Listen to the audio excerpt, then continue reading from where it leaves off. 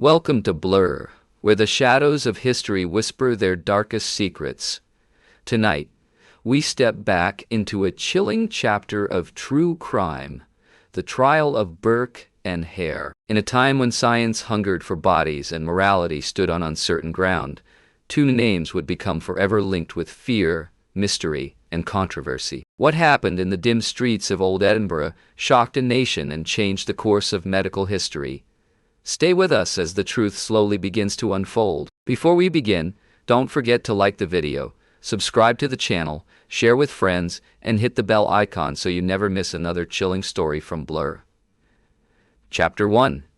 Edinburgh and the Age of Anatomy. Edinburgh, in the 1820s, was a city of extraordinary intellectual vitality and extraordinary social contradiction. On its broad new town streets and in its grand Georgian drawing rooms, the luminaries of what was already being called the Scottish Enlightenment, the philosophers, the lawyers, the writers, the medical men had built one of the most sophisticated and celebrated intellectual cultures in the Western world.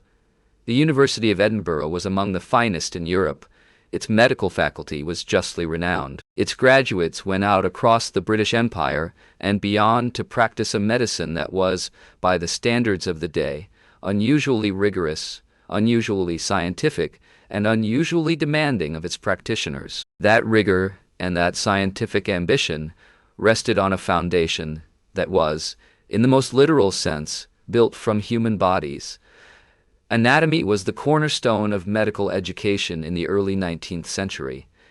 And anatomy required cadavers. It required them in quantities that no legitimate source could supply. The law, specifically the Murder Act of 1752, permitted the dissection of executed murderers, but the supply of executed murderers was erratic and insufficient to meet the needs of an expanding medical establishment. Private medical schools, of which Edinburgh had several operating alongside the university, competed intensely for the bodies that were available, and the competition drove prices to levels that made the trade in corpses extremely lucrative. Into this gap between the demand for bodies and the legitimate supply of them had grown, over many decades, the trade of the body snatcher, the resurrection man, the sack-em-up man. These were individuals who robbed fresh graves, usually at night, usually with a degree of organization and professional expertise that spoke to the scale and the longevity of the trade. They dug up the newly dead,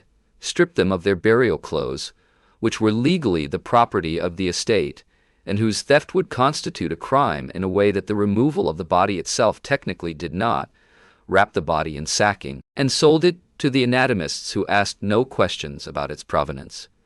The resurrection men were despised, feared, and in the most practical sense, absolutely necessary to the medical establishment. Families of the recently dead hired watchers to guard graves. Iron mortsafes were bolted over coffins. Watchhouses were erected in cemeteries. And still the graves were robbed because the profit was sufficient to justify the risk, and because the anatomists were prepared to pay and to look the other way. It was a system that functioned, after a fashion, for decades, generating misery and moral compromise at every level, until two Irishmen in Edinburgh's Westport district found a way to eliminate the inconvenient intermediary step of waiting for someone to die.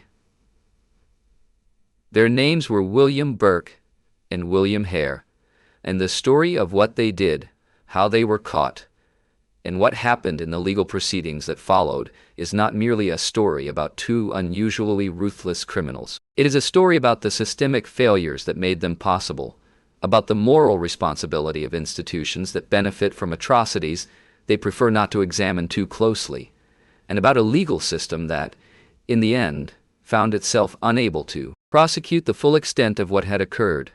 It is also, in its way, a story about the price of knowledge, and about the uncomfortable places that price sometimes leads.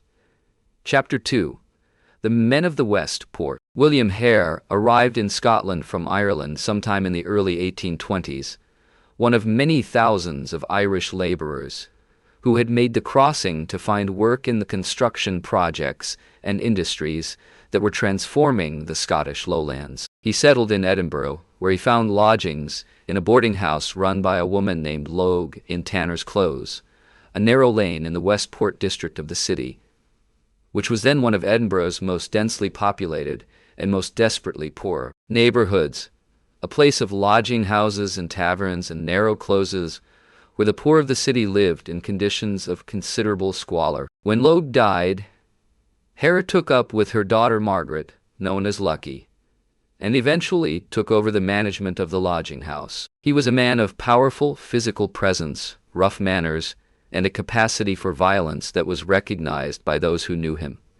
He was not, by any account, a man given to excessive moral reflection. He drank heavily, quarreled frequently, and managed his lodging house with the unsentimental efficiency of someone who had learned early that survival required a certain hardness. William Burke arrived in Edinburgh sometime around 1817 or 1818, also from Ireland, also seeking the kind of laboring work that the Scottish economy was generating. He had worked as a weaver, as a baker, as a harvest laborer, and in various other capacities before settling in Edinburgh with a woman named Helen MacDougall, whom he described as his wife and with whom he was living in the early 1820s. Burke was, by the accounts of those who knew him, a more complex man than Hare. He was described as sociable, not unintelligent, capable of charm, and possessed of a manner that could put people at their ease. He was not, on the surface, the kind of man who inspired fear. The two men met and became acquainted in the lodging-house community of the Westport. They shared the bond of Irish immigrants in a city that was not always welcoming to their kind, and they appear to have recognized in each other a willingness to pursue advantage by means that more scrupulous men would have declined. Exactly when the idea that would define their names in history first presented itself is not known with certainty. The origin story that both men gave in their subsequent confessions was that the first body they sold to an anatomist was that of a lodger named Donald who died of natural causes in Hare's house, while owing rent, and that the sale of Donald's body to defray the debt was a thing of opportunistic calculation rather than premeditated plan. Whether or not this is true, it established the basic business model. Bodies fetched good money. The anatomists at Surgeons Square paid without asking questions. And for two men without scruples and without better options, the discovery that a dead body could be converted into several pounds sterling was a discovery whose implications were not long in presenting themselves. Chapter 3. The Method and the Market. The step from selling a body that had conveniently died to producing a body for the purpose of selling it was a step that Burke and Hare took with a speed and a practicality that is, at this distance, genuinely chilling.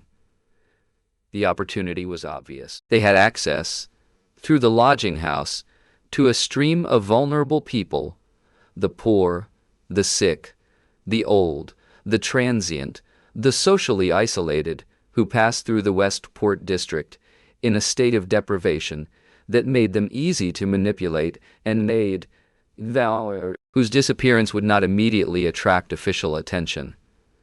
The method they developed was one that left no obvious marks on the body, which was important because the anatomist to whom they were selling, Dr. Robert Knox of No. 10 Surgeons Square, was paying for bodies suitable for dissection, and a body covered in marks of violence would raise questions even from a buyer who preferred not to ask them. Burke and Hare's method involved getting their victim drunk, which was not difficult in an environment where alcohol was both cheap and socially central, and then suffocating them. One man would sit on the victim's chest while the other covered the mouth and nose.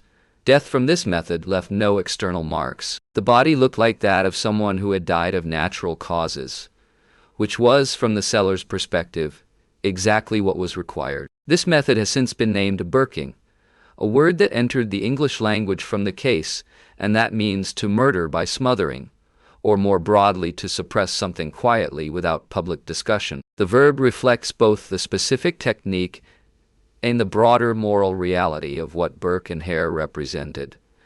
A systematic suppression of human lives for commercial gain, conducted quietly and without the kind of obvious violence that would have attracted attention.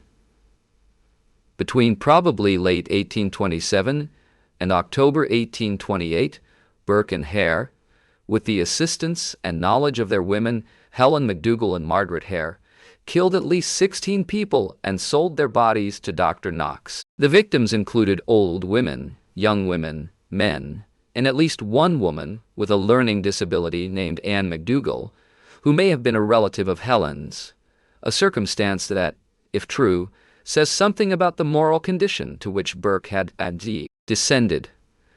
The victims were chosen for their vulnerability and their isolation. They were people whose absence would not generate immediate and forceful inquiry, people on the margins of a society that had never paid them much attention when they were alive. The prices paid ranged from approximately £7 to £10 per body, with some premium for particularly fresh or particularly well-preserved specimens. At a time when a laboring man might earn £1 or less per week, this represented a substantial income, and it sustained Burke and Hare in a style considerably above what their legitimate activities would have permitted. They spent freely on drink and lodging, and they appear to have lived, in the intervals between murders, with a casualness about what they were doing that suggests either a remarkable capacity for moral self-deception or an almost complete absence of the moral faculty that might have created difficulty.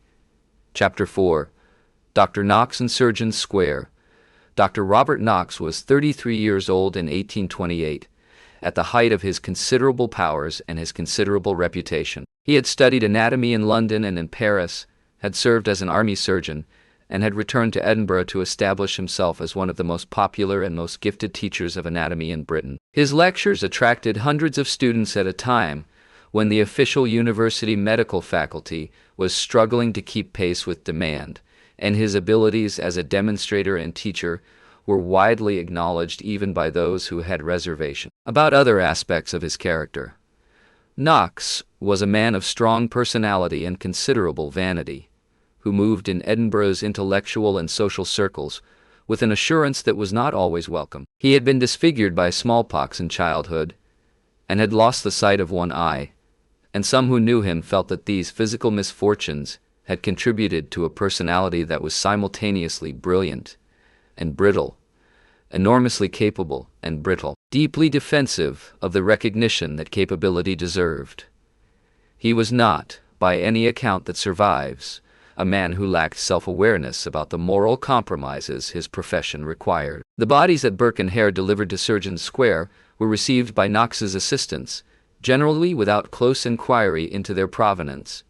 This was standard practice in Edinburgh's private anatomy schools. The supply of bodies through grave robbing was well understood, and the anatomists maintained a careful distance from the specifics of how the bodies had been obtained. They paid the money, they asked no questions, and they told themselves, with varying degrees of conviction, that the necessity of anatomical education justified the moral awkwardness of the sourcing. Knox himself appears never to have met Burke or Hare directly. His assistants handled the transactions, and the professional distance he maintained was, in part, a form of deliberate insulation. Whether he ever suspected that the bodies being delivered to him had been murdered rather than stolen from graves is a question that the subsequent inquiry addressed but did not definitively resolve. The bodies arrived fresh, sometimes almost suspiciously fresh for corpses that had supposedly been recently buried and then exhumed, and at least some of Knox's assistants are said to have remarked on this. Whether Knox himself drew the obvious inference is a matter that his own subsequent conduct suggested he had reasons to prefer not to examine. The case against Knox was, ultimately, one of moral responsibility rather than criminal complicity. He was never charged with any offense in connection with the Burke and Hare murders. He was never tried. He suffered a severe reputational consequence, as we shall see, but the law did not reach him, and the question of whether it should have reached him is one that the case raises with particular force. A man who creates a market for murdered bodies, who maintains that market with financial incentives and an unquestioning acceptance of its products, and who profits enormously from the arrangement, bears some relationship to the murders that market incentivizes. How that relationship should be characterized in moral terms and in legal terms is a question that the Burke and Hare case posed in 1828, and that remains, in various contemporary forms, genuinely alive. Chapter 5: The Discovery. The exposure of Burke and Hare's activities came about through a combination of their own growing recklessness and the alertness of a lodger who happened to be paying attention at the wrong moment. By late October of 1828, the enterprise had been running for the better part of a year. Burke and Hare had killed 16 people. They had become accustomed to the routine. They had become perhaps careless. On the night of October 31st and into November 1st, 1828, Burke and Hare killed their final victim, a woman named Mary Doherty, known as Medi, who had encountered Burke at a drinking establishment and been brought back to his lodgings in the Canongate. Two of Burke's lodgers at this time, James and Anne Gray, had been displaced from their usual sleeping place by the presence of Doherty, and they were therefore housed in a different part of the premises. On the morning of November 1st, Anne Gray noticed something under the bed of the room she had been displaced from. She found concealed beneath the straw the body of Mary Doherty. The Grays immediately grasped the significance of what they had found. They went to the police. Burke and Hare had already removed the body to Surgeons Square by the time the police arrived at the lodgings, but the investigation was already in motion. The body was recovered from Knox's premises before dissection had begun. Post-mortem examination could not establish cause of death with certainty, which would prove significant in the subsequent legal proceedings. But the circumstances were sufficiently alarming to justify the arrest of all four of the principal suspects, Burke, Hare, Helen McDougall, and Margaret Hare Doherty. The investigation that followed was conducted under considerable pressure, both from the public, which was rapidly becoming aware that something extraordinary had occurred, and from the legal authorities, who understood that establishing what had actually happened and building a case that could be prosecuted were considerably more difficult tasks than the popular demand for swift justice was inclined to acknowledge.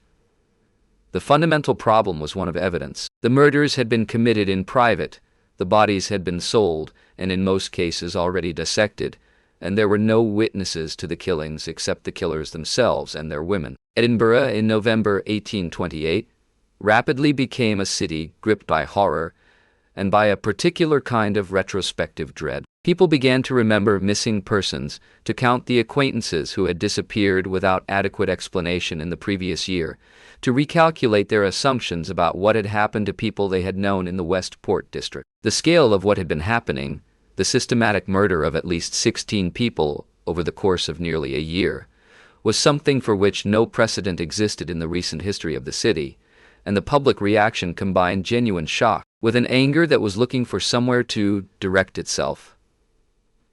Chapter 6: The Legal Dilemma.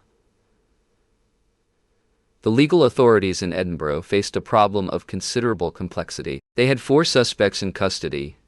They had the body of one victim. They had the testimony of the Grays about finding the body, and they had the medical evidence that a body had been delivered to Knox's premises. What they did not have was direct evidence linking Burke or Hare or their women to the act of murder. The post-mortem findings on Mary Doherty were inconclusive. There were no surviving witnesses to any of the killings, and the circumstantial evidence, while highly suggestive, was not by itself sufficient to sustain a prosecution for murder beyond the reasonable doubt that the law required. The solution to this problem, the one that the Lord Advocate, Sir William Ray, eventually adopted, was a solution that was legally available within the Scottish legal system, but that has been the subject of controversy ever since. The decision was made to offer William Hare and his wife Margaret immunity from prosecution in exchange for Hare's testimony against William Burke and Helen McDougall. Hare would turn King's evidence. He would tell everything he knew. In exchange, neither he nor his wife would face trial. This decision was, from a purely strategic legal perspective, understandable. Without Hare's testimony, the case against Burke was weak. With it, a conviction was achievable. The alternative, prosecuting all 4 defendants simultaneously on evidence that was insufficient to convict any of them, would likely have resulted in acquittals that would have been both legally accurate and morally catastrophic, a scandal of impunity in which 16 murders went unpunished and the murderers walked free. But the decision to immunize Hare was not without its own moral costs, and those costs were recognized at the time, and have been recognized by every subsequent commentator on the case. Hare was, by his own subsequent confession, at least as culpable as Burke in the actual killings. In some versions of events, Hare was the more active participant. The offer of immunity to a man of his guilt, in exchange for testimony that would send his equally guilty associate to the gallows, raised questions about the nature of justice that the formal proceedings of the trial could not adequately address. Justice in this case was partial in both senses of the word. It was incomplete, and it was biased toward a particular outcome. The decision also left unresolved the question of Dr. Knox and the other anatomists who had created and sustained the market for the bodies. Knox was examined by a committee of inquiry rather than by a criminal court. The committee's findings were critical of his conduct, but stopped well short of what many felt was warranted. The broader question of institutional responsibility, of the culpability of the medical establishment that had knowingly sustained a system of grave robbing and had, through that system, inadvertently created the conditions for murder, was not one that the law of 1828 was equipped or inclined to address. Chapter 7. The Indictment. The formal indictment in the Burke and Hare case was filed in December of 1828, and its scope reflected both the strengths and the limitations of the evidence available to the prosecution. William Burke was charged with 3 murders, those of Mary Patterson, James Wilson, known as Daft Jamie, and Mary Docherty. Helen McDougall was charged as an accessory to the murder of Mary Docherty. The remaining 13 murders, whose existence was by this point well known to the authorities through the confessions and statements that had been obtained, were not charged. The decision to limit the charges to 3, and then effectively to 1 for the purpose of the actual trial, was a further exercise in the pragmatic calculation that characterized the prosecution's approach throughout the case. Mary Docherty's murder was the most recent, and the one for which the physical evidence, the body, the Gray's testimony, and the circumstances of the disposal was strongest. The murders of Mary Patterson and Daft Jamie were included in the indictment, but would not be pursued at trial, serving instead as what the law called insinuations, collateral evidence of a course of conduct that could provide context for the main charge. Daft Jamie's inclusion in the indictment was significant for reasons beyond the purely evidentiary. James Wilson, known universally in Edinburgh as Daft Jamie, had been a well-known figure in the city, a cheerful and harmless young man with a learning disability who was recognized throughout the old town and who had many casual acquaintances well-wishers. His murder had been recognized by Knox's students when his body appeared on the dissecting table, and Knox, in a decision that was either oblivious or deliberately callous, had dissected the face and head first, the features by which Jamie was most readily identified.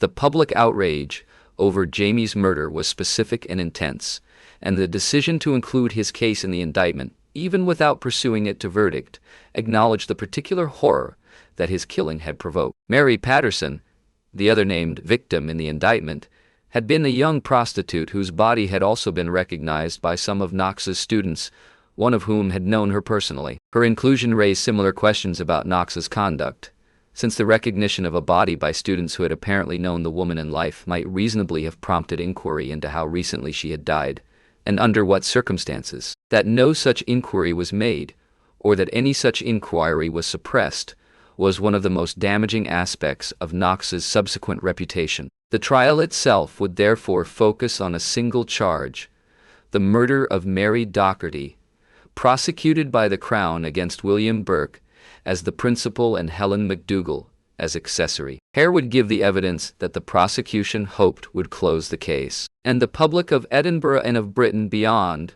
would watch and wait for a verdict that everyone already felt they knew, but that the legal system had to reach through its own proper processes. Chapter 8. The Trial of William Burke. The trial opened on Christmas Eve, December 24th, 1828, before the High Court of Justiciary in Edinburgh. The choice of date was not entirely accidental. The authorities wanted the proceedings concluded quickly, before public anger had more time to build and before the various complications of the case, had more time to generate political difficulties. The courtroom was packed from the earliest hours of the morning. People had traveled considerable distances to attend. The press was present in force, and the coverage would be extensive, detailed, and read throughout the English-speaking world. The proceedings ran continuously through the night of December 24th and into the early hours of Christmas morning, a marathon of legal argument and testimony that lasted approximately 24 hours in total. This was not unusual in Scottish criminal proceedings of the period, where there was no tradition of adjourning a trial overnight, and where the expectation was that proceedings would run to their conclusion however long that took. For the jurors, the witnesses, the advocates, and the defendant, it was an experience of considerable physical endurance, and the atmosphere in the courtroom, by the small hours of Christmas morning, must have been extraordinary. The presiding judge was Lord Justice Clerk Boyle, who managed the proceedings with the efficiency that their urgency required. For the prosecution, the Lord Advocate William Ray led in person, a reflection of the seriousness with which the government regarded the case. For the defense, Burke was represented by Henry Cockburn, later to become Lord Cockburn, one of the most distinguished Scottish advocates of his generation, and a man whose memoirs would later provide some of the most vivid accounts of Edinburgh legal life in this period. MacDougall was represented by Patrick Robertson. Henry Cockburn's task was an exceptionally difficult one. He was defending a man who was, by this point, widely believed to be a serial murderer of the most callous and systematic kind. The public wanted a conviction. The prosecution had Hare's testimony, and Cockburn was constrained by the nature of the evidence from mounting anything other than a technical defense focused on the reliability of the key witness and the sufficiency of the proof on the specific charge. He could not reframe the broader moral picture, because the broader moral picture was not something that any honest advocate could present in a way favorable to Burke. What he could do was press the prosecution on every point of evidence and argue that the standard of proof had not been met. Chapter 9. Hare takes the stand. William Hare's testimony was the centerpiece of the prosecution's case, and it was received by the courtroom with a mixture of fascinated horror and deep moral unease. Here was a man who had, by his own account, participated in multiple murders, who was facing no punishment for those murders, who was delivering his former associate to the gallows in exchange for his own freedom, and who told his story with a directness and a lack of apparent remorse that some observers found more disturbing than Burke's own conduct. Hare's evidence described the murder of Mary Docherty in terms that were consistent with the Greys' testimony and with the physical evidence. He described how Docherty had been brought to Burke's lodgings, how she had been given drink, how the killing had been accomplished, and how the body had been concealed and subsequently delivered to Surgeons Square. He was examined at length by the prosecution and cross-examined vigorously by Cockburn for the defense. Cockburn's cross-examination of Hare was one of the most challenging aspects of his conduct of the defense. He could not attack Hare's account of the killing without effectively confirming its general accuracy by engaging with its details. He focused instead on Hare's reliability as a witness, on the obvious self-interest that had motivated his evidence, on the fact that a man who had admitted to multiple murders in exchange for immunity was not a witness whose account any jury should accept without reservations. These were legitimate points, and Cockburn made them with the intelligence and precision that his reputation warranted. But they were not points that were ultimately capable of prevailing against the weight of Hare's testimony. Combined with the Greys' evidence, the evidence of the body's discovery and delivery, and the general context that made the prosecution's account of events overwhelmingly plausible, the jury did not need to find Hare a morally admirable witness in order to find his account of the killing credible, and the evidence that corroborated his account at various points gave them sufficient foundation to accept it. Margaret Hare also gave evidence for the prosecution, providing an account that largely confirmed her husband's testimony and added some additional detail about the events of October 31st and November 1st. She was examined briefly and cross-examined with less intensity than Hare himself, her evidence being somewhat less central to the prosecution's case. The Greys were also called, and their account of finding the body and going to the police was straightforward and essentially unchallenged. Chapter 10. The Defense and the Verdict. Henry Cockburn's closing address for the defense was, by the accounts of those who heard it, a remarkable piece of advocacy conducted under conditions of extreme difficulty. He could not dispute that Mary Docherty was dead. He could not dispute that her body had been found in Burke's lodgings and subsequently delivered to Knox. He could not seriously dispute that she had been murdered. What he could and did argue with considerable force was that the prosecution's case rested overwhelmingly on the testimony of a man who had admitted to multiple murders and who was speaking in exchange for his own life, a witness whose evidence no jury should accept without independent corroboration of the most specific and convincing kind. He pressed the point about the post-mortem evidence, which had been unable to establish definitively that Docherty had been suffocated rather than having died of some other cause. He pressed the point about the absence of any witness to the actual killing. He asked the jury to consider whether, in a case where the only direct evidence of the murder came from the lips of an admitted murderer who had been promised immunity, the standard of proof beyond a reasonable doubt had genuinely been met. He argued that however repugnant Burke might be, however strongly the jury might feel that he was guilty of terrible things, the question before them was the narrower one of whether this specific charge had been proved to the required standard. It was a principled argument, and it reflected Cockburn's genuine commitment to the proper functioning of the criminal law, even in cases where the defendant was almost certainly guilty of crimes far beyond those charged. But it was not an argument that was going to succeed against the weight of the evidence, the climate of public opinion, and the jury's own assessment of what had happened in the Westport lodging house. The jury deliberated for a matter of minutes, perhaps 50 minutes by the accounts that survive, and returned a verdict of guilty against William Burke. The verdict on Helen McDougall was different. On the charge of being accessory to the murder of Mary Docherty, the jury returned the Scottish verdict of not proven. This reflected genuine uncertainty about the extent of McDougall's active participation in the specific killing charged, as opposed to her more general awareness of the enterprise. It was not an acquittal in the full sense, and it did not leave McDougall in any comfortable position, but it meant that she would not face the penalty that Burke was about to receive. Burke was sentenced to death, with the additional and unusual condition that his body be publicly dissected after execution, an irony so pointed that even at the time it was remarked upon by every observer. The man who had murdered people to sell their bodies to anatomists would himself become the subject of public anatomy. Lord Justice Clerk Boyle, in pronouncing the sentence, delivered himself of a statement that captured something of the moral enormity that the case represented, expressing the hope that the memory of Burke's crimes would long outlast the life of the man himself and serve as a warning that the law would reach, eventually, even into the most private and the most systematic cruelties. Chapter 11.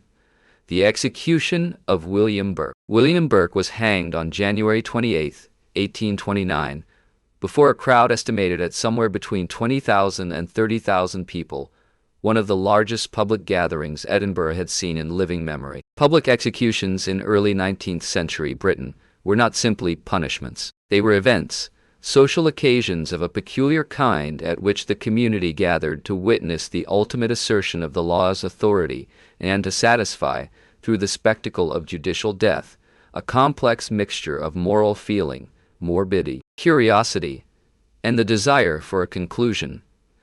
The crowd that gathered for Burke's execution had additional reasons for its size and its intensity.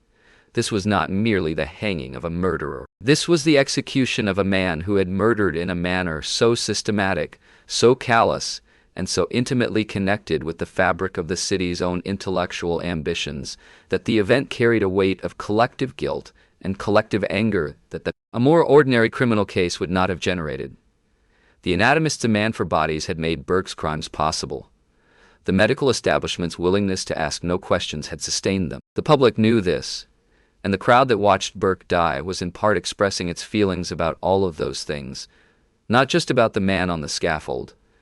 Burke's last days were spent making confessions. He confessed to the prison authorities, to the Catholic priest who attended him, and eventually to the newspapers, which published his account with the enthusiasm that their readers expected and demanded. The confessions added detail and context to the public's knowledge of the murders, naming victims, describing methods, filling in the timeline of the enterprise in ways that the trial itself had not done. They were also, inevitably, shaped by Burke's own purposes, by the desire to distribute responsibility, to implicate others, and to present himself in the most favorable light that the circumstances allowed.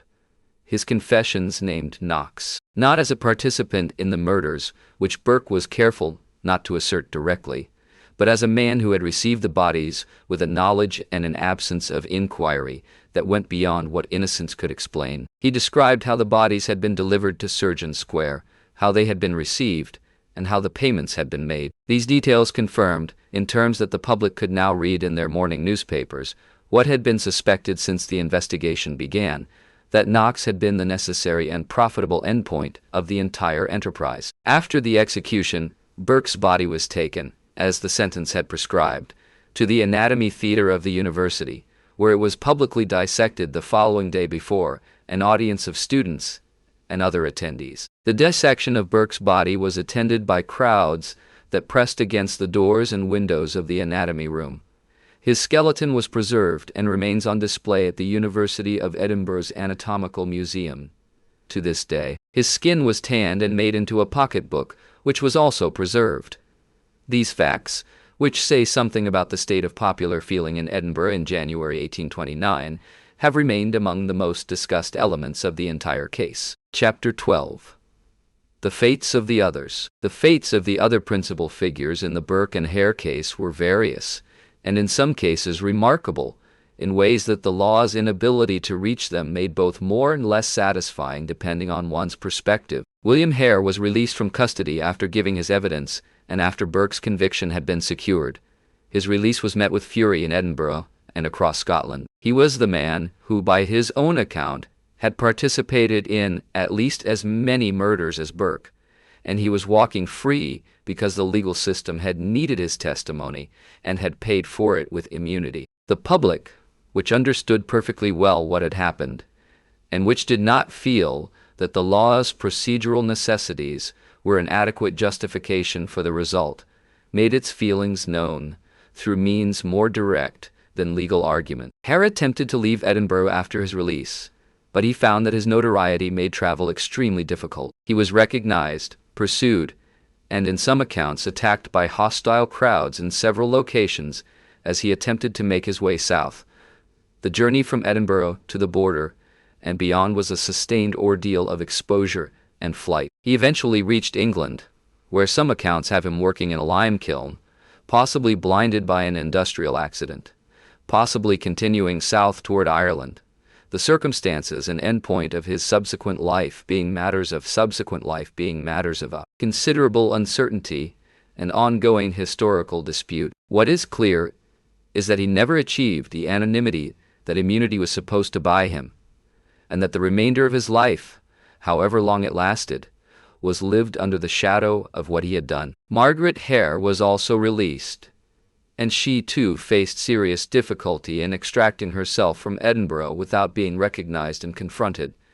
She made her way to Ireland, where she disappears from the reliable historical record. Helen MacDougall, whose not proven verdict had left her technically free, was also forced to flee Edinburgh under conditions similar to Hare's, pursued by crowds, and unable to remain anywhere that her identity was known. She spent some time in England and is believed to have eventually emigrated, though the precise circumstances of her later life are not known. Dr. Robert Knox's fate was, in some respects, the most instructive of all the principal figures, because it illustrated with unusual clarity the way in which Victorian society could punish a man for moral failure without the intervention of the intervention. Criminal law. Knox was never charged with any offense. The committee of inquiry that examined his conduct issued a report that criticized him for insufficient curiosity about the origins of the bodies he received, but stopped short of findings that would support criminal prosecution. He retained his position at his anatomy school for a time, but Edinburgh's social and professional world withdrew from him with a completeness that was itself a form of destruction. his student numbers fell dramatically. His reputation, which had been the foundation of his entire professional position, was gone. He became an object of popular hatred, depicted in broadsides and ballads, his name synonymous with the worst kind of moral cowardice. He eventually left Edinburgh and spent the remainder of his career in London, where he worked in various capacities, but never recovered the professional standing he had enjoyed before 1828. He died in 1862, still associated in the public mind with the murders that his market had made possible, and the association has not faded with time. Chapter 13. The Anatomy Act of 1832. The Burke and Hare case had consequences that went well beyond the fates of the individuals directly involved, and the most important and most lasting of those consequences was the Anatomy Act of 1832. This piece of legislation, which passed Parliament less than 4 years after the executions, fundamentally reformed the legal framework governing the supply of bodies for anatomical dissection, and in doing so addressed directly the systemic problem that had made the Burke and Hare murders possible. The Anatomy Act of 1832 made 2 changes of fundamental importance. First, it permitted the bodies of paupers who died in workhouses and other public institutions to be made available for dissection if they were not claimed by relatives within a specified period, and if the deceased had not left instructions opposing such use. This dramatically expanded the legitimate supply of bodies for anatomy, reducing the financial incentives that had sustained the grave-robbing trade for decades. Second, it removed the execution murderers provision of the Murder Act, ending the specific association between capital punishment and dissection that had given anatomy a punitive connotation, and that had made the dissection of Burke's body such a pointed irony. The act was not without its critics, and the criticisms it received were not entirely without merit. The provision directing the bodies of workhouse paupers to the anatomists effectively made being poor in Victorian Britain a condition that could, in death, result in one's body being used for purposes that the poor themselves did not choose and did not choose, would generally not have endorsed. The act redistributed the moral burden of anatomical supply from the criminal classes, who had been grave robbing, to the poorest members of legitimate society, who had no means of resisting the law's new arrangements. This was not an outcome that many of its critics regarded as ethically straightforward. Nevertheless, the act achieved its primary practical purpose. The grave-robbing trade declined rapidly after 1832 as the legitimate supply of bodies increased. The resurrection men found their market disappearing. The anatomy schools were able to obtain the bodies they needed without recourse to either the illegal or the criminal supply that had sustained them before. And the specific set of incentives that had made the Westport murders possible, the combination of desperate demand for bodies, high prices for fresh corpses, and a willingness among buyers to ask no questions, was permanently altered. The broader lesson that the act drew from the Burke and Hare case was, in essence, that institutional systems which depend on illegal or immoral supply chains will, if the demand is large enough and the price high enough, eventually generate crimes that cannot be contained by individual morality alone. The grave-robbing trade had been tolerated for decades because the medical establishment needed it and preferred not to look too closely at what it required. The result had been not merely grave-robbing, which was in itself a serious violation of human dignity, but the systematic murder of vulnerable people. The solution was not to prosecute individual criminals after the fact, though that was necessary, but to change the systemic conditions that had made the criminality profitable and possible. Chapter 14. The question of Knox's guilt. The question of Dr. Robert Knox's moral and legal culpability for the Burke and Hare murders is one that has never been definitively settled, and that continues to be debated by historians, legal scholars, and bioethicists, who find in the case a set of questions about institutional responsibility and willful blindness that remain urgently relevant to contemporary concerns. The core of the case against Knox rests on several facts that are not seriously disputed. He was an extremely experienced anatomist who received bodies regularly and who understood the world from which those bodies came. The bodies that Burke and Hare delivered to him were fresh, sometimes strikingly so, in ways that should have prompted questions about how recently they had died and in what circumstances. At least two of the victims, Mary Patterson and Daft Jamie Wilson, were recognized by students in Knox's anatomy room, a recognition that Knox evidently did not treat as grounds for inquiry. And Knox's payments to Burke and Hare were generous enough, and his acceptance of their deliveries consistent enough, to constitute active participation in a commercial arrangement that he had every reason to scrutinize more carefully than he chose. 2. The case against treating Knox as a knowing accessory to murder, rather than merely a reckless buyer of stolen goods, is that there is no direct evidence that he knew, rather than merely suspected or chose not to investigate, that the bodies he was receiving were those of people who had been murdered. The gap between willful blindness and actual knowledge is a legal one that courts have always found difficult to navigate, and in 1828, without the specific evidence of what Knox had been told and what he had concluded, the law could not close that gap to the point of criminal charge. The committee of inquiry that examined Knox's conduct in the spring of 1829, under the chairmanship of Sir Walter Scott, was not a criminal court and did not apply criminal standards of proof. It found that Knox had shown a greater degree of caution than seemed consistent with the precautions he might reasonably have been expected to take, a finding that was phrased with the diplomatic softness of a committee that knew it was dealing with a man of significant professional standing but could not entirely exonerate him. This finding was, in the view of most subsequent commentators, considerably more lenient than the facts warranted. The broader point that Knox's case illustrates is the inadequacy of legal frameworks that focus exclusively on individual criminal acts, while failing to address the systemic conditions that incentivize and enable those acts. Knox did not murder anyone.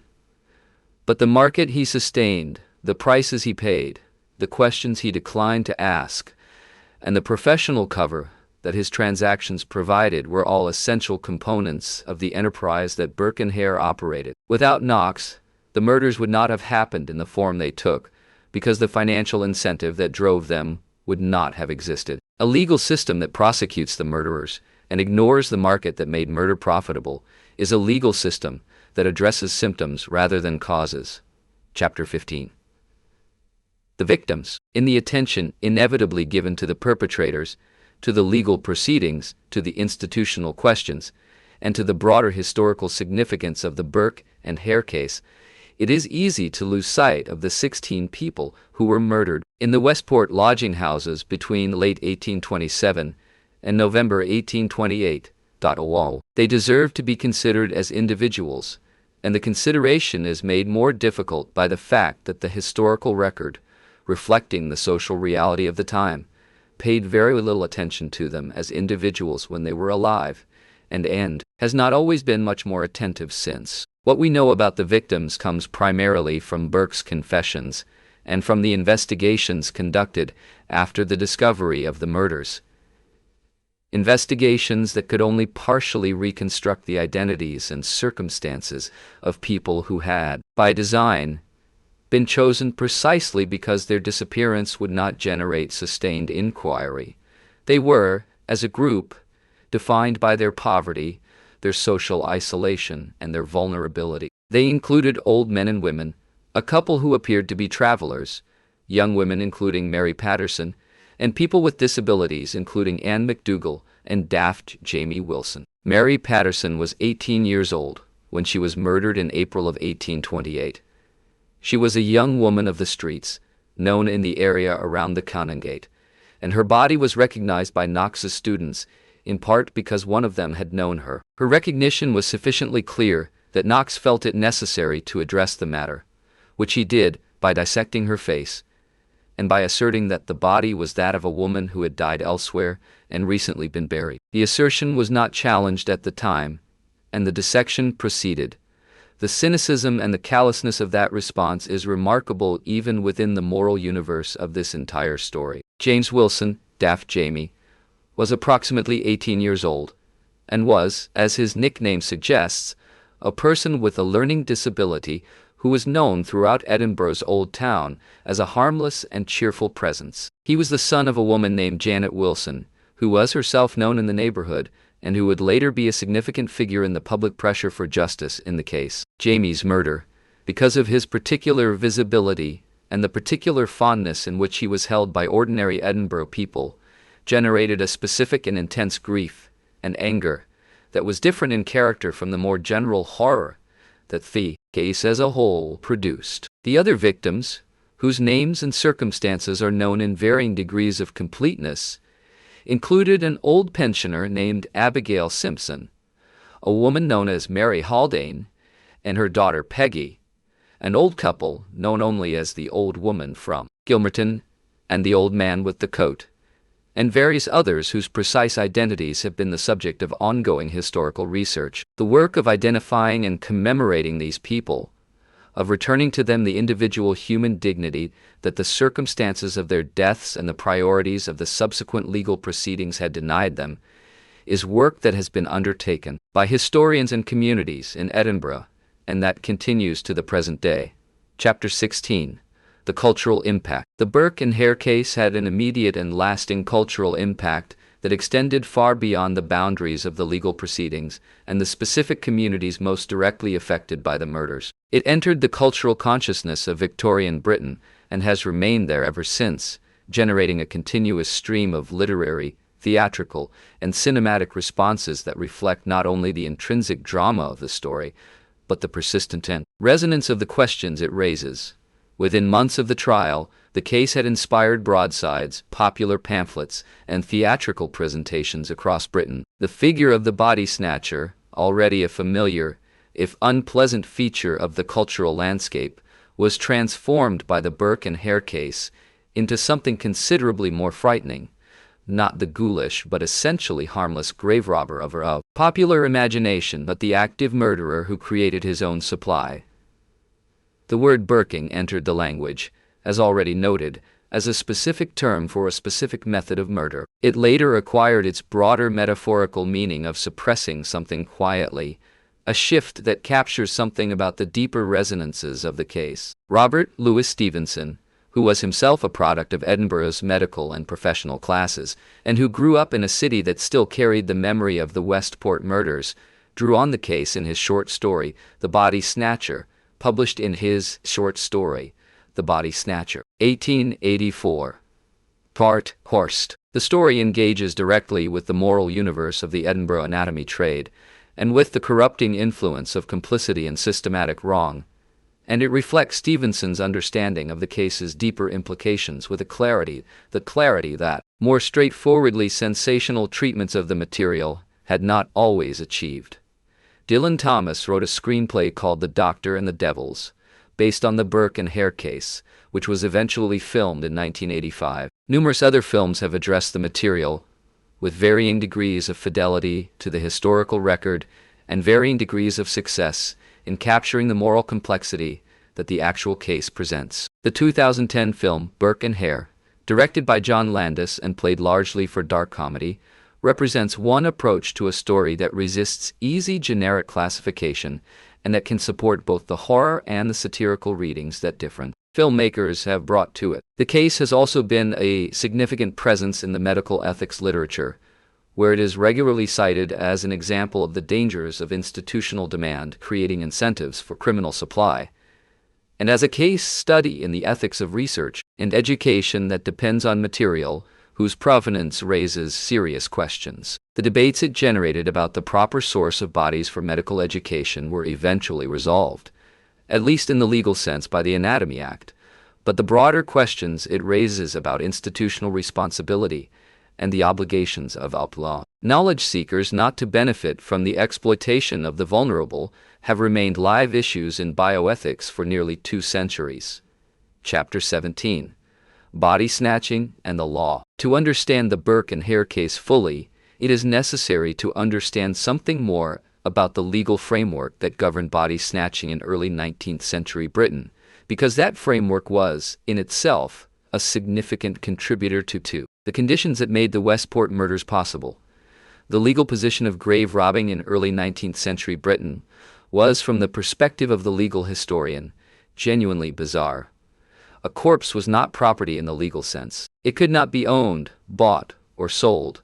This meant that the theft of a corpse was technically not theft, because the object of the taking was not property. The grave robber, who removed a body from a churchyard, committed no offense against the property law. He might commit an offense against public decency, a common law misdemeanor, but this was a much less serious charge than theft, carried much lighter penalties, and was prosecuted with much less consistency. The practical consequence of this legal anomaly was that the deterrent against grave robbing was relatively weak. A man who robbed a grave might be fined or briefly imprisoned for the public decency offense if he were caught, but the financial rewards of the trade were sufficient to make the risk worthwhile, and the anatomist's demand was sufficient to ensure that the trade continued regardless.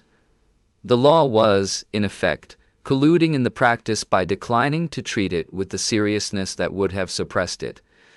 This legal situation was not an accident. It reflected a considered, if unspoken, policy calculation on the part of the authorities, who understood that the anatomy trade was necessary for medical education, and who preferred the moral awkwardness of tolerated grave robbing to the political awkwardness of addressing the problem through legislation. Proposals to reform the law and expand the legitimate supply of bodies had been made at various points in the decades before 1828, but they had always encountered resistance from those who feared the implications of making pauper bodies available for dissection, and from those who simply preferred not to confront the issue directly. Burke and Hare demonstrated, in the most brutal possible way, what happened when a legal framework that tolerated the commercial exploitation of dead bodies met individuals who were prepared to extend the logic of that exploitation to its ultimate conclusion. If dead bodies could be sold, and if the buyer would not ask where they came from, then the production of dead bodies for sale was, from a purely commercial perspective, the rational next step. The law had created conditions in which murder for hire of the most systematic and callous kind was, in strictly economic terms, a rational business decision. The fact that Burke and Hare made that decision said everything about the fact that the conditions for that decision had been created and maintained by the legal and medical establishments said something about them too. Chapter 18. Burke's Confession and its Significance. William Burke gave multiple confessions during the weeks between his conviction and his execution, and the content and circumstances of those confessions add several layers of complexity to the historical record. The confessions were given to different audiences, in different contexts, and with different degrees of candor, and they do not entirely agree with each other or with other elements of the evidence. Understanding what they tell us, and what they do not tell us, requires some care. The so-called official confession was given to the Edinburgh police on January 3, 1829, in the presence of a justice of the peace and 2 witnesses. This document provides the most systematic account of the murders, naming victims, describing the methods used, and placing the killings in a chronological sequence. It attributes to Hare a level of active participation in the killings that was, from Burke's perspective, both true, since Hare had been present at and participated in many of the murders, and convenient, since it distributed responsibility in a way that might seem to mitigate Burke's own culpability relative to that of the man who had escaped punishment entirely. A second confession was given to the Courant, an Edinburgh newspaper, a few days later, and this account varies in several details from the official confession. The variations may reflect genuine uncertainty or imperfect memory on Burke's part, or they may reflect the different purposes for which different confessions were shaped. The newspaper account was more literary in its presentation and more oriented toward the dramatic narrative that newspaper readers expected, and its reliability as a precise factual record is correspondingly somewhat lower. A third confession was given to the Catholic priest who attended Burke in the condemned cell, and this document, which was not published until later, is generally considered the most candid of the 3, reflecting the context of religious confession in which it was given, and the different set of pressures that operated in that context compared with the legal and journalistic settings of the other confessions. It confirms the broad outlines of the other accounts, while adding some detail that the other versions had omitted. What the confessions collectively establish is a picture of 16 murders committed over approximately a year, using a consistent method, motivated entirely by the financial returns available from the sale of the bodies to Knox. They establish that Hare was an active and willing participant rather than a bystander or a reluctant follower. They established that the women were aware of what was happening and provided various forms of assistance. And they established that Knox was the necessary and knowing commercial endpoint of the enterprise, even if Burke was careful not to frame his statements about Knox in terms that would have constituted the legal assertion of criminal complicity. Chapter 19. The Case in History and Memory. The Burke and Hare case occupies a unique position in the history of British crime and in the broader history of medicine, law, and social reform. It is one of the very small number of criminal cases whose consequences extended beyond the conviction and punishment of the individuals involved to produce lasting changes in the legal and institutional framework of the society in which they occurred. In this respect, it belongs alongside a handful of other 19th-century cases that reshaped the laws and practices of their time, and it deserves to be understood not merely as a story about two particularly ruthless criminals, but as a case study in the relationship between law, medicine, poverty, and the responsibilities that institutional power carries toward the most vulnerable members of society. The case has been in continuous cultural production since it occurred, with no sign that its grip on the public imagination is weakening. The reasons for this are various. At the most basic level, the story is genuinely compelling, involving murder, medicine, a city at the height of its intellectual ambitions, and a set of moral failures that extend across the entire social spectrum, from the poorest lodging house in the West Port to the most distinguished anatomy theatre in Scotland. It is a story that contains no unambiguously admirable characters, no clean heroes, and no resolution that satisfies completely either the demands of justice or the demands of moral accounting. At a deeper level, the case raises questions that have not become less pressing with time.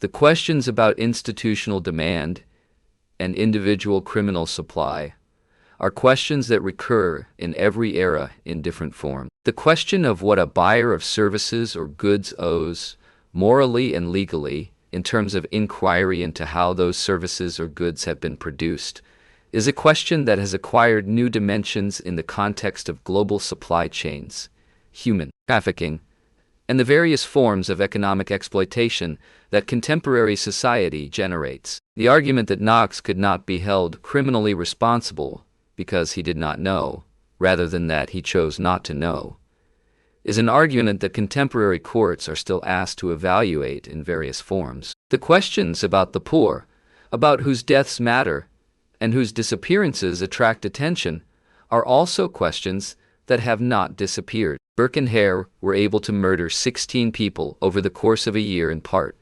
because their victims were people whose lives were given little weight by the society around them. The mechanisms by which vulnerability is created, maintained, and exploited are not specific to the Edinburgh of 1828, and the case serves as a reminder of what happens when those mechanisms are allowed to operate unchecked by either legal protection or social solidarity. Edinburgh itself has never entirely put down the burden of this particular piece of its history. The area of the West Port has changed beyond recognition from the cramped and desperate neighborhood that Burke and Hare inhabited. The anatomy schools of Surgeon Square have given way to modern medical institutions of a very different kind. But the memory of the case is maintained not only in museums and in the academic literature, but in the living culture of the city, in the tours that lead curious visitors through the closes and winds of the old town, in the continuing research into the identities and lives of the victims, and in a series of artistic and commemorative works that attempt, across a distance of nearly 2 centuries, to do justice to what happened in the autumn and winter of 1828. Chapter 20. What the case means. William Burke was hanged on January 28, 1829, and his body was publicly dissected on January 29th.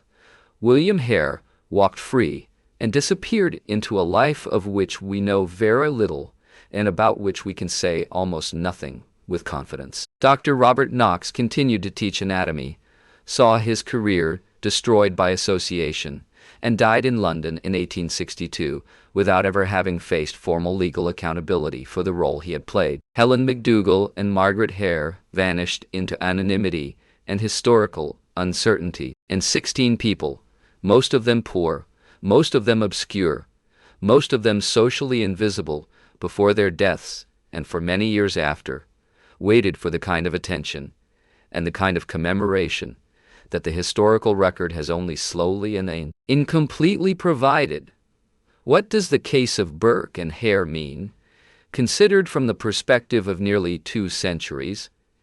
It means several things, and they do not all point in the same direction. It means that legal systems that tolerate the commercial exploitation of human dignity, even in the relatively minor key of grave robbing, create conditions in which that exploitation can escalate to extremities that the tolerating system did not anticipate and would not have consciously endorsed. The law that declined to treat body snatching as serious crime because the medical establishment needed bodies was a law that had made a calculation whose full implications it had not followed to their conclusion. Burke and Hare followed those implications to their conclusion for it. It means that institutional demand for goods or services whose legitimate supply is restricted will generate criminal supply, and that the institutions creating that demand bear a moral and sometimes a legal responsibility for the criminal supply. That follows. Knox was not a murderer, but Knox's market was the reason for the murders, and a society that allows such a market to exist and to operate with impunity has made itself complicit in whatever that market eventually produces. It means that the poor are more vulnerable not only to poverty, but to the secondary harms that poverty creates, including the harm of being targeted by those who see in their vulnerability a commercial opportunity. The 16 victims of Burke and Hare were poor people whose lives had been given little value by the society they inhabited, and whose deaths were given little attention until the scale of what had happened became impossible to ignore. The social conditions that had produced that invisibility were not addressed by the Anatomy Act, which solved the immediate institutional problem, while leaving the broader structure of inequality and indifference intact. It means, finally, that the pursuit of knowledge, however important and however genuinely beneficial in its results, does not exempt those who pursue it from the ordinary obligations of moral inquiry. The medical men who dissected bodies without asking where they came from were doing necessary work. The advance of medical knowledge genuinely required the kind of anatomical education that their work provided. None of that makes their complicity in the system that supplied them morally neutral. The necessity of an end does not automatically justify the means by which it is achieved, and the failure to ask obvious questions about obvious irregularities is not a form of innocence. These are not comfortable conclusions. These are not comfortable conclusions. They implicate not just Burke and Hare, not just Knox, not just the Edinburgh medical establishment of the 1820s, but the entire social and legal arrangement that created the context in which the murders occurred. That is precisely why the case has retained its power for nearly 2 centuries, and why it continues to be read, taught, and argued about in contexts that range from the history of crime to the philosophy of medicine to the ethics of global commerce. The Westport murders are, in the end, a story about what happens when a society decides that some things are too inconvenient to look at directly. The anatomists did not want to ask where the bodies came from. The legal authorities did not want to address the body-snatching trade directly.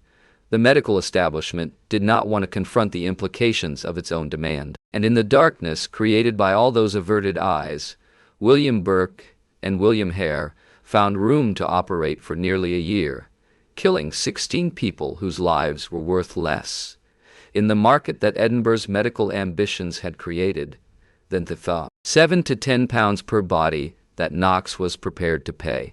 It is a story that ends with a hanging, a dissection, and a law reform. It does not end with justice, because justice for 16 people whose murders were prosecuted as one, whose killer's accomplice walked free, and whose supplier faced no criminal accountability at all, is a concept that the events of 1828 and 1829 stretched beyond recognition. What it ends with, instead, is a set of questions that the events raised and that subsequent generations have continued, with varying degrees of success, to answer. This has been the story of Burke and Hare, of the 16 people they murdered, of the legal proceedings that followed, and of the city and the society that made all of it possible. Thank you for listening.